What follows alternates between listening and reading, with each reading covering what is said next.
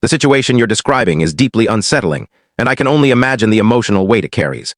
Let's approach this step by step to explore possible explanations and next steps, keeping both rational and emotional considerations in mind.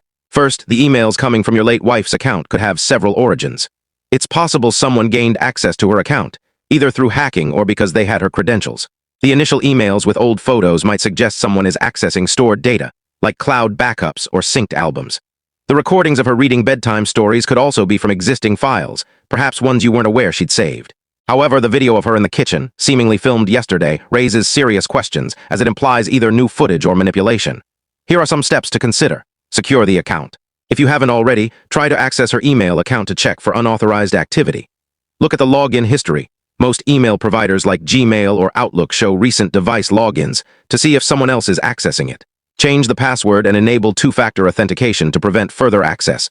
If you can't access the account, contact the email provider to report suspicious activity. Analyze the video. The video is the most alarming part. Check for signs of manipulation, odd lighting, unnatural movements, or inconsistencies in the background that might indicate a deepfake or edited footage. If you're comfortable, you could share specific details about the video without sensitive info for further analysis, or consult a tech expert to examine it for authenticity. Look at the video's metadata, right-click on the file if possible to view properties for details like creation date or device information. Investigate the source. Check the email headers to trace where the messages are coming from. Most email platforms allow you to view the original or raw message, which includes IP addresses or server details. This could reveal if the emails are being sent locally or from an unusual location. If you're not tech-savvy, a cybersecurity professional could help. Consider external factors. Reflect on whether anyone might have a motive to send these. Perhaps someone with access to her old devices, like a family member, friend, or even someone with malicious intent. Given the emotional context, it's also worth considering if this could be a cruel prank or an attempt to exploit your grief. Protect your well-being. Receiving these messages, especially the video, must be incredibly jarring. It might help to lean on a trusted friend or family member for support as you process this.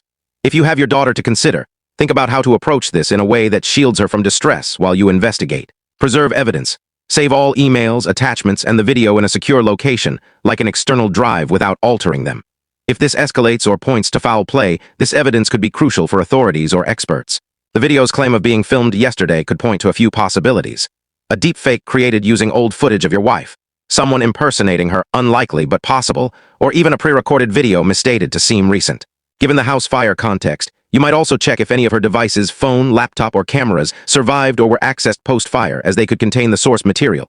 The video lingered on my screen. We can't tell the full story in a short video. If you want to see the full story, click the link in the